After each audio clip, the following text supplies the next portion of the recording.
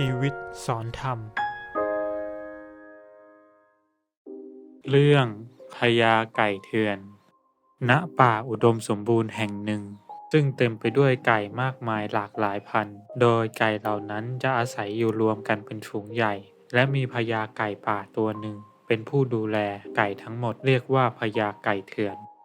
ลักษณะเด่นของพญาไก่ตัวนี้มีสีเหลืองคล้ายดอกสโหน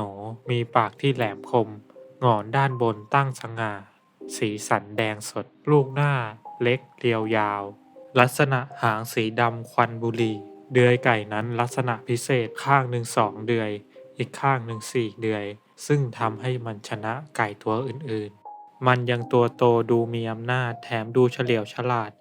สามารถนำไก่ทุกตัวในฝูงได้ความน่ายำเกรงของมันบรรดาไก่ตัวเล็กตัวน้อยต่างก็สืบเชื้อสายมาจากมันบรรดาไก่ป่าฝูงใหญ่นี้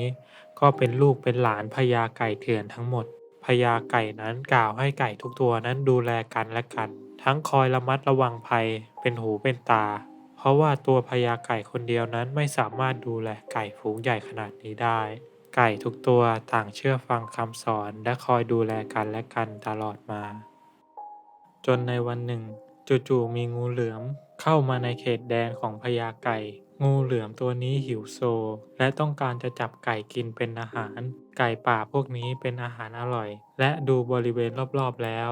ก็เต็มไปด้วยไก่มากมายหลากหลายพันธุ์มันเลยทำการซุ่มดูไก่รอจังหวะที่มีไก่ป่าตัวไหนหลงออกมาจากฝูงมันก็จะทำการโจมตีจับกินเป็นอาหาร แม่ไก่ตัวหนึ่งเสียลูกไปหลายตัว เธอไม่รู้ว่ามีตัวอะไรกินลูกเธอไป รีบมาฟ้องพญาไก่ให้ออกตามหา พญาไก่ออกตามหา ก็ไม่เจอร่องรอยอะไร ถ้าเกิดเป็นหมาป่าก็ต้องมีรอยเท้า แต่นี่คงไม่ใช่หมาป่า จนพญาไก่ไปเจอคราบงู ซึ่งก็รู้ทันทีว่ามีงูเข้ามากินไก่เป็นแน่ ตอนนี้พญาไก่รู้แล้วว่ามีงูซุ่มโจมตีบริเวณฝูงของเขา พญาไก่กำชับไก่ทุกตัวให้ระวังและให้ไก่หนุ่มทุกตัวเฝ้าระวังแม่ไก่ไว้เมื่องูลงมืออีกครั้งเขาจะรู้ทันที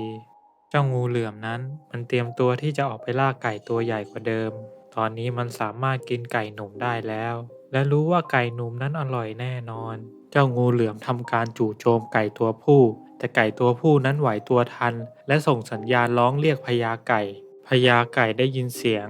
ก็รีบมาในทันทีแต่มีไก่ตัวอื่นๆนั้นมาถึงที่ก่อน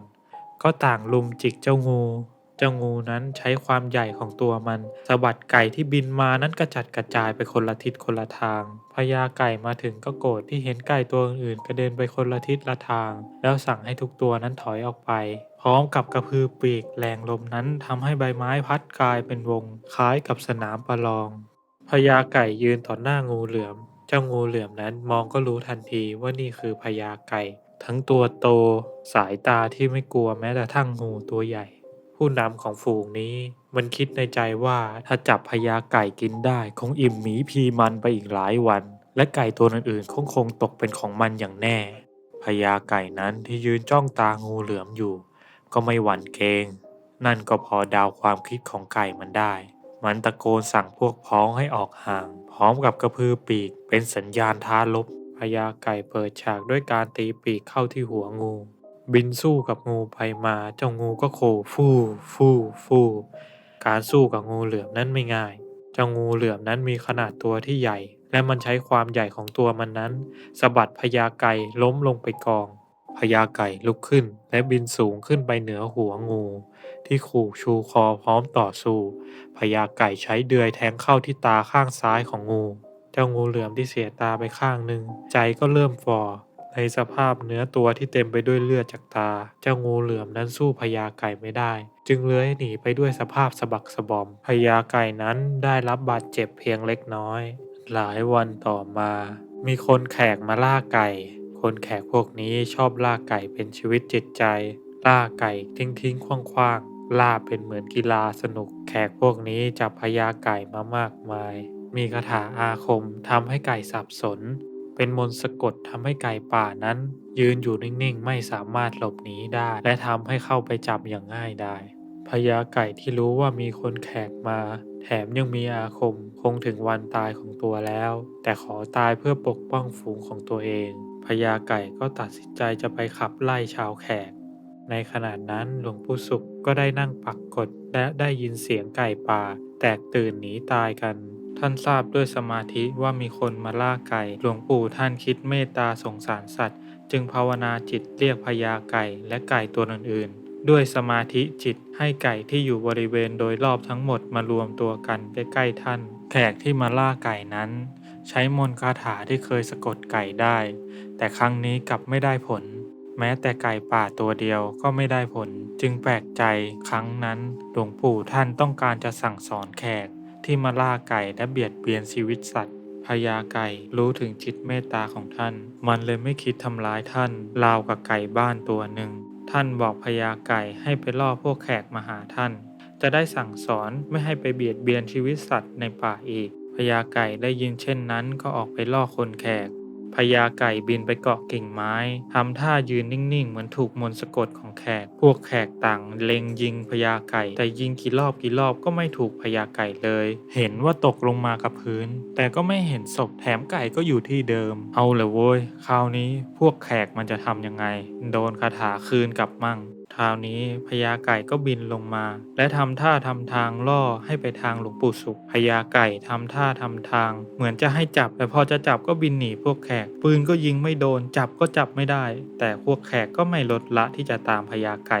พวกแขกมาถึงที่หลวงปู่ศุกร์ปักกฎไว้พวกแขกก็ยืนทำมองอยู่ห่างๆเมื่อเห็นพระสงฆ์นั่งหันหลังอยู่ข้างในแต่คอยดูอยู่สักครู่แล้วก็กลับออกไปพวกแขกเดาว่าต้องเป็นฝีมือของพระในกฎแน่เอาแหละคืนนั้นพวกแขกก็ทำคูณใสเล่นของเล่นวิชาใส่หลวงปู่ศุกร์แต่ก็ทำอะไรไม่ได้เพราะหลวงปู่ศุกร์ท่านเป็นพระสงฆ์ที่สำเร็จเมตตาเจโตวิมุตติแม้กระทั่งยาพิษสาตราคมอาวุธคาถาอะไรก็ดีก็ไม่สามารถทำอันตรายแก่ท่านได้วันรุ่งขึ้นพวกแขกก็หิ้วเพื่อนมันมาให้หลวงปู่ศุกร์นั้นช่วยเพราะคูณใสที่มันทำของหลวงปู่ศุกร์นั้นสะท้อนกลับมาเข้าตัวเองหลวงปู่ศุกร์ท่านก็ช่วยแก้ของให้พวกแขกก็หายเป็นปกติพวกแขกนั้นก็ถามหลวงปู่ศุกร์ท่านว่าท่านมีดีอะไรทำไมถึงทำให้พญาไก่นั้นเชื่องราวกับไก่บ้านแถมไก่ก็มาลุมล้อมท่านมากมายหลวงปู่ศุกร์ท่านก็กล่าวว่าข้าไม่มีอะไรดีหรอกมีแต่ความเป็นมิตรมีแต่ความเป็นเพื่อนไม่เบียดเบียนสัตว์ให้เดือดร้อนไก่ป่าทั้งหลายจึงมาลุมล้อมข้าเพราะเหตุนี้และหลวงปู่ศุกร์ท่านก็ยังเมตตาเทศนาสั่งสอนอีกมากมายพญาไก่ที่ได้ฟังเทศนั้นราวกับมันเข้าใจที่หลวงปู่ศุกร์ท่านสอนพวกแขกก็กลับใจใหม่ไม่เบียดเบียนสัตว์ทั้งหลายที่อาศัยอยู่ในป่าอีกเลย